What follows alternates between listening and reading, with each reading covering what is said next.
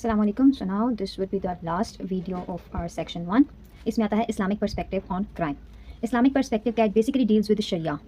इस्लाम जिसे कि हम बिलीव करते हैं that it is a complete code of life. It lays down the principles and injunctions बोलते हैं कुछ अहकामात को. इस्लाम ने जो है कुछ अहकामात और कुछ असूल और कानून बनाए हैं which are meant to bring peace and prosperity, हमारी सोसाइटी में अमन और सुकून और खुशहाली कायम रखने के लिए.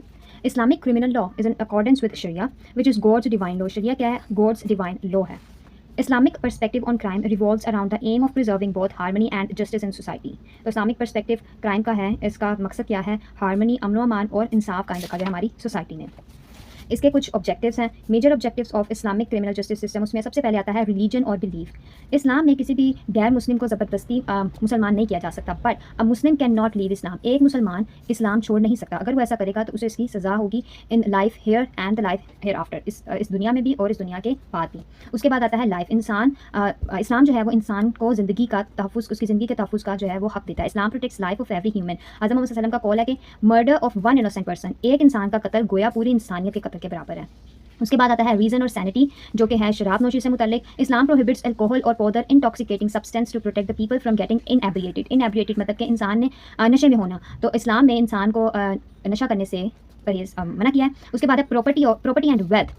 इस्लाम जो है वो इंसान को जायदाद का हक देता है. Protection of life and property of the citizen is one of the fundamental responsibilities. ये एक फंडामेंटल रिस्पॉन्सिबिलिटी है स्टेट का कि इंसान की जान और उसके जानो माल दोनों का तहफ़्फ़ुज़ जो है यकीनी बनाए.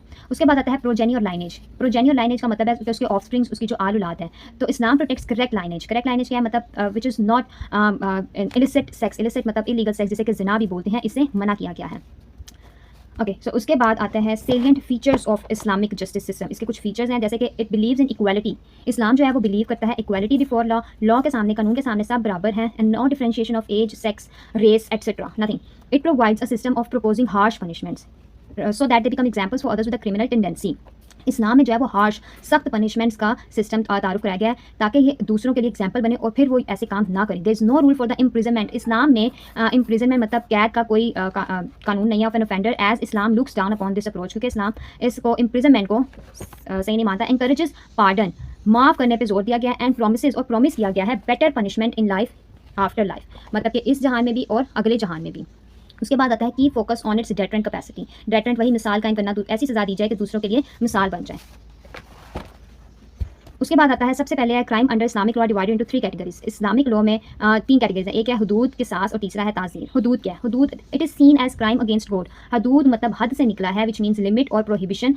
ये क्राइम है अगेंस्ट गॉड. जो हम खुदा के खिलाफ जो हम जुर्म करते हैं वो हदूद में आते हैं. Treated as public offences. इन्हें पब्लिक ऑफेंस मतलब पब्लिक जराइम में माना ट्रीट किया जाता है इनके under.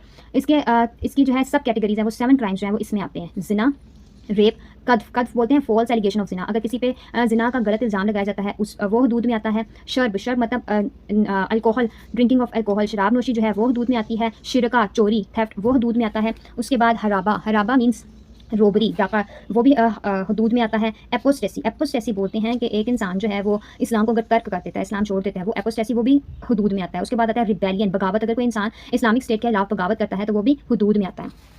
These crimes are violations of natural law. इन क्राइम्स को नेचुरल लॉ की वायलेशन माना जाता है as interpreted with in the specific cultures of Islamic state. जो कि इस्लामिक स्टेट के अंदर स्पेसिफिक कल्चर्स के जो नेचुरल लॉज हैं उनके अगेंस्ट माना जाता है, उनकी वायलेशन माना जाता है. These crimes are penalised by the community. ये जो क्राइम्स हैं इनकी सज़ा कम्युनिटी जो है वो मुकर्रर करती है. पनिशेबल बाय फिक्स पेनल्टीज, और इनकी एक फिक्स्ड सज़ाएँ रखी गई हैं जो कि कुरान और सुन्ना में बताई गई हैं. जैसे कि जिना, रेप, उसकी सज़ा बताई गई है 100 स्ट्राइप्स, 100 कोड़े. In case if you are non married, and if you are married and you did जिना देन उसकी सज़ा है death.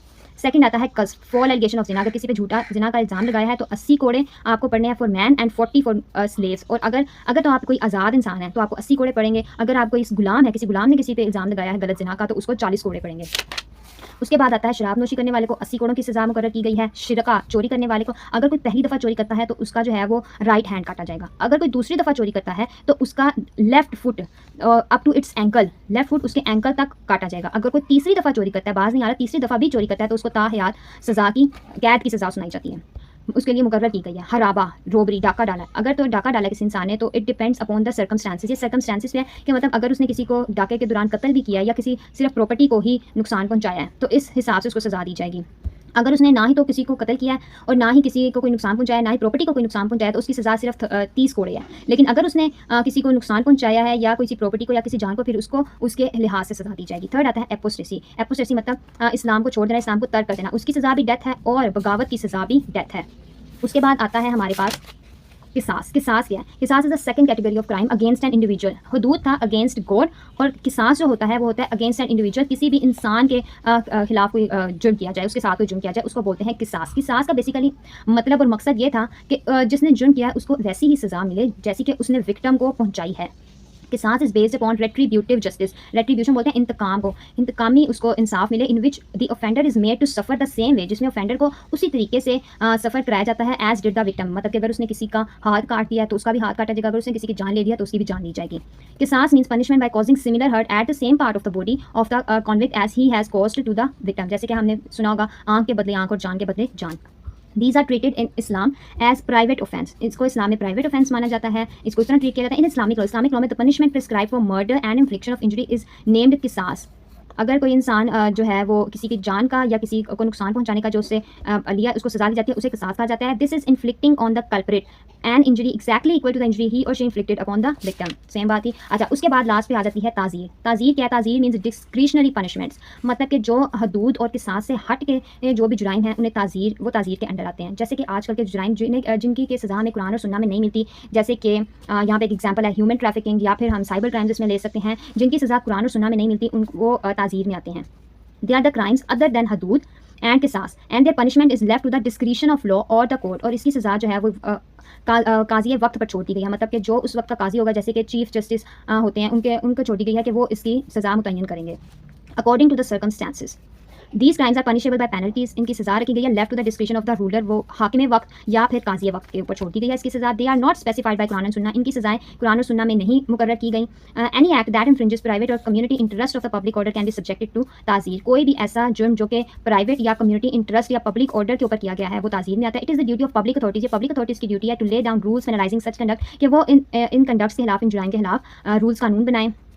These rules must draw their inspiration from sharia. Sharia में जो सज़ाएँ मुतय्यन की गई हैं उनसे इंस्पिरेशन लेते हुए ही इनकी भी सज़ाएँ मुतय्यन करनी चाहिए। जैसे कि trafficking of person, human trafficking मतलब कि गैर कानूनी लोगों को एक स्मगल करना, it is not defined in Quran. इसकी सज़ाएँ जो है कुरान और सुन्ना में नहीं बताई गई, but constitutes violation of right for personal security. लेकिन ये क्या है कि इंसान हमें इस्लाम हमें हमारी ज़िंदगी का उसका हक देता है, तो ये उसके खिलाफ है, पर्सनल सिक्योरिटी के खिलाफ है, which is one of the 5 essentials of Islam. तो इसीलिए इसकी सज़ा जो है वो काज़ी वक्त या हाकिम वक्त इसकी सज़ा मुतय्यन करेगा।